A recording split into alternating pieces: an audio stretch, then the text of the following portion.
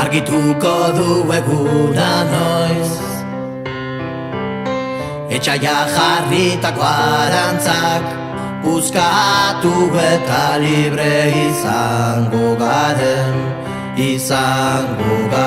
libre izango garen. Argituko du eguna noiz,